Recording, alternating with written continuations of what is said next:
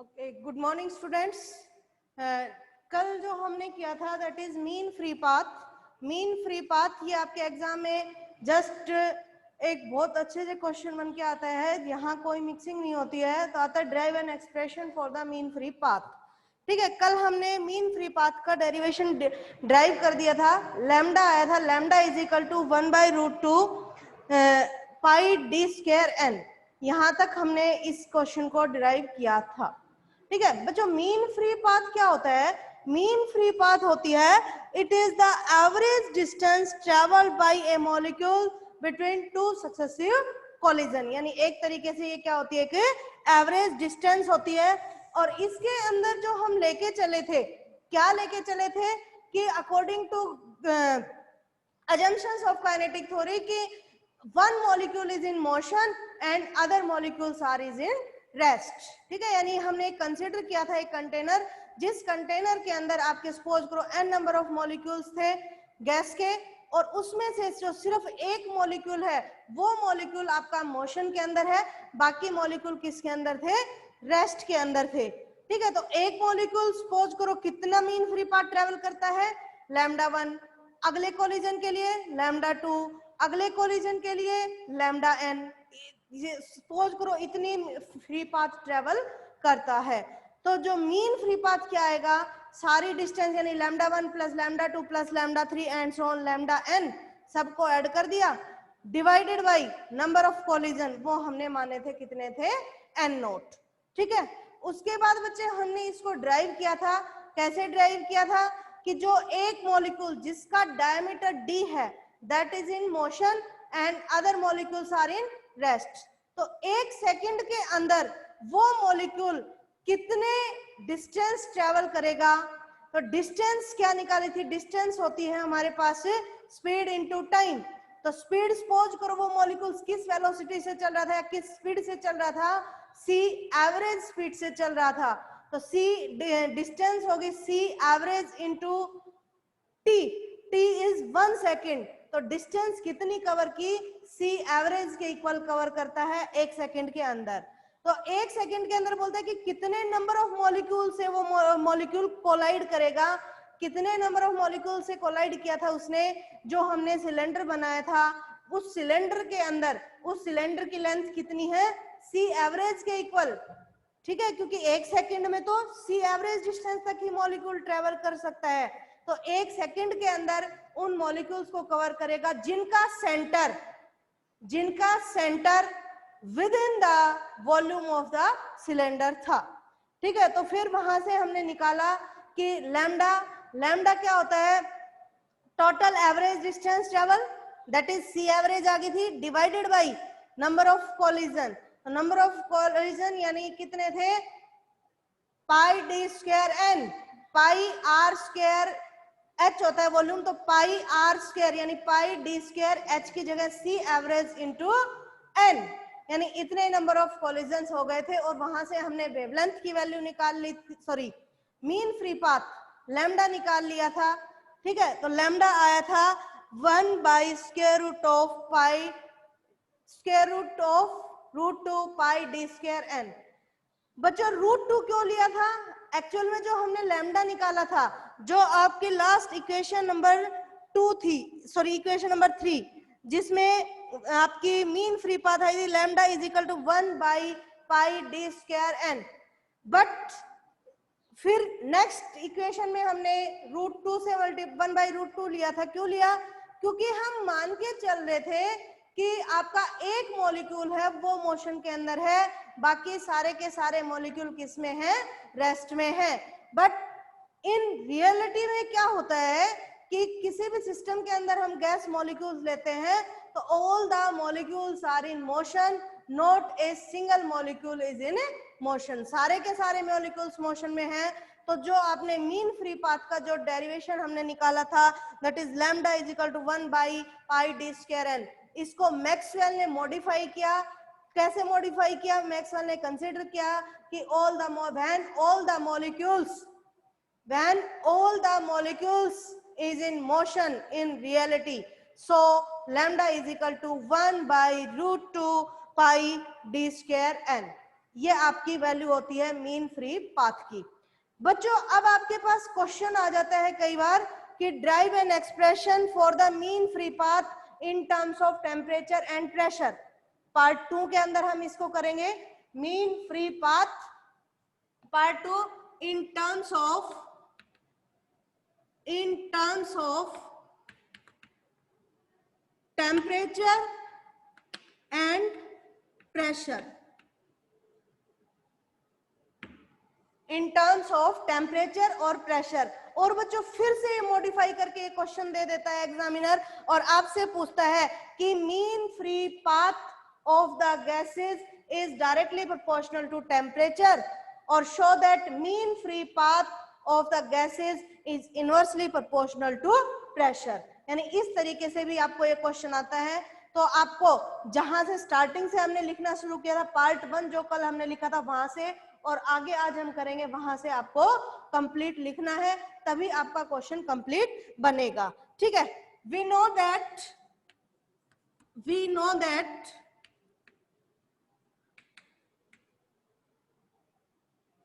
pressure exerted by the gas on the walls of the container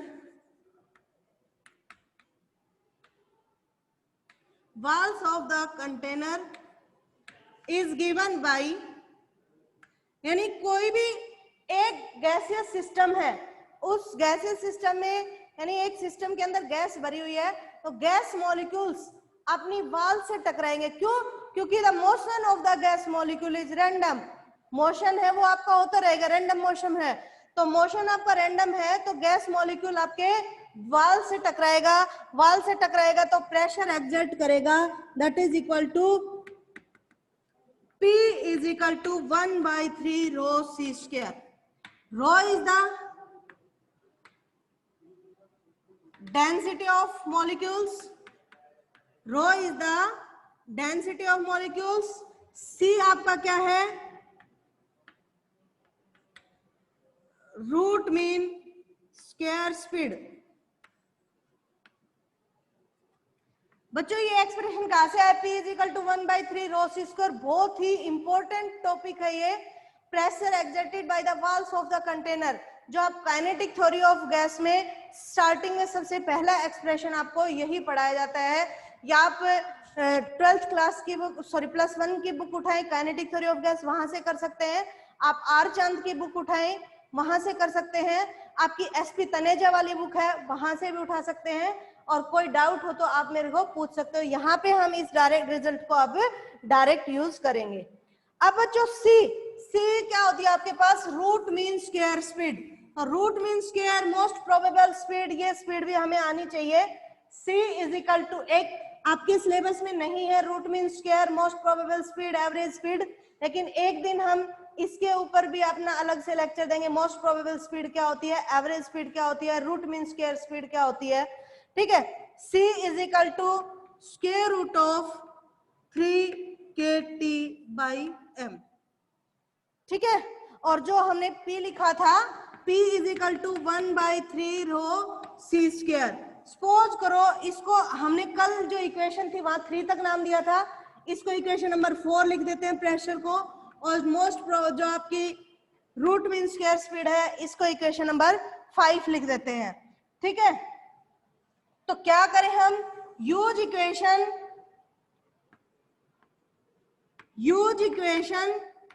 5 in 4, we get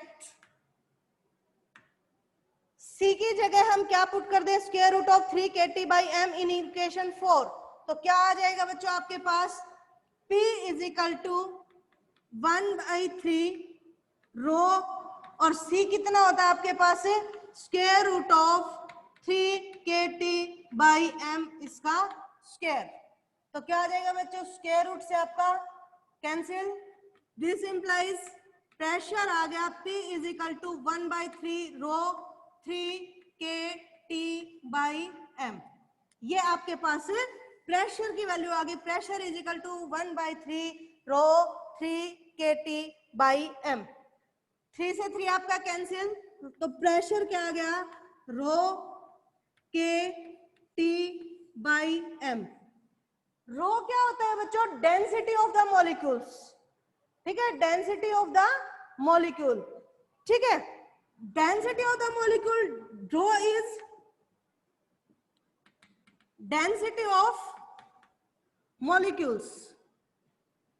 अब density बच्चों हम कैसे लिखे, डेंसिटी हम मान के चले थे जब हमने फर्स्ट लाइन लिखी थी, आपको पार्ट 1 में याद हो, let n be the number of molecules, n be the number of molecules per unit volume, यानी n क्या माना था, number of molecules per unit volume.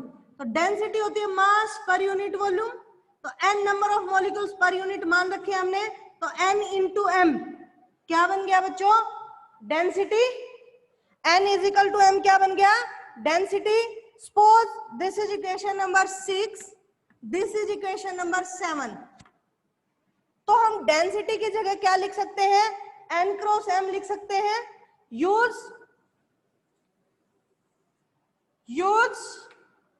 Equation 7 in equation 6, we get, क्या आ गया हमारे पास, डेंसिटी की जगह हम क्या रखे, रो n क्रॉस m, तो P is equal to n cross m k T by m, ये आपके पास रिलेशन आ गया, P is equal to n cross m k T by m, ठीक है, क्लियर है बच्चों, P is equal to n m k T by m, P ऐसे P कैंसिल, P क्या आ गया, n के टी, ठीक है, और यहां से n की वैल्यू क्या आ जाएगी, P बाय के टी, ठीक है बच्चों, आपको याद हो P is equal to n k T, ये हमने लास्ट जो आर्टिकल किया था मैक्सवेल बोल्ट्जमैन डिस्ट्रीब्यूशन, उसमें भी P is equal to n k T रखा था, ठीक है, तो यहां से रिजल्ट आता है, तो n की वैल्यू आ गई P बाई के T, and we know also we know that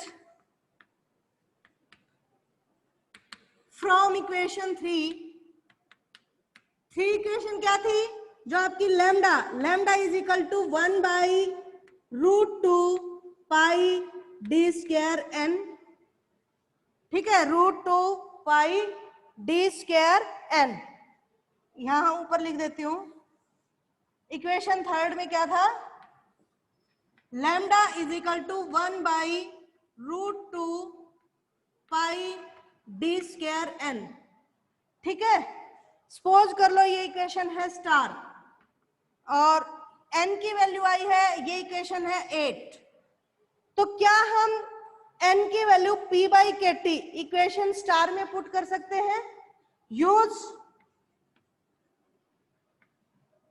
equation 8 in equation star, equation star कौन सी है, जो हमने कल निकाली थी, थर्ड इक्वेशन नाम दिया था lambda is equal to 1 by root 2 pi D square N, ठीक है, तो क्या आ गया आपके पास, लैम्डा इज इक्वल टू,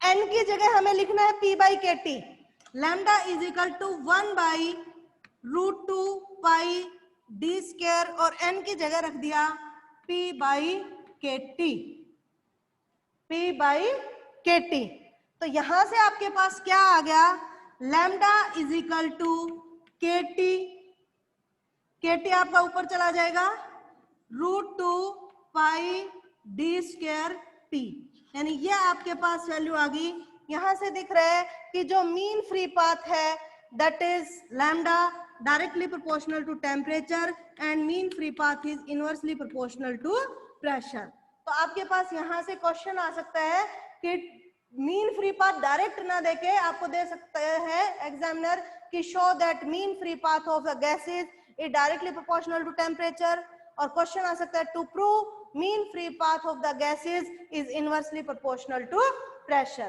तो बच्चों आपको जो पार्ट 1 में किया और आज हमने ड्राइव किया है ये आपको कंप्लीट यहाँ तक करना है आपको, और जो आपने बोर्ड पे लिखा है वो एग्जाम में लिखने के लिए आपके पास सफिशिएंट है। इस तरीके से आप स्टेप टू स्टेप इस क्वेश्चन को अटेम्प्ट करोगे ताकि आपके मैक्सिमम मार्क्स आ सके। अब यहाँ से बात आती है कि यहाँ से कई बार क्वेश्चन मीन फ्री पाथ आ गया और डायरेक्ट यहाँ पे न्यूमेरिकल आ जाता है। तो numerical K is the Boltzmann constant, T is the temperature, D is the diameter and P is the pressure of the gas. जो भी पैरामीटर आपको गिवन है वैल्यू पुट करें और डायरेक्ट फॉर्मूले में सॉल्व करके रख दें। तो बच्चों यहाँ पे आपका आर्टिकल खत्म होता है, कौन सा, मीन फ्री पाथ, जो कि हमने 2 पार्ट्स में कंप्लीट किया है।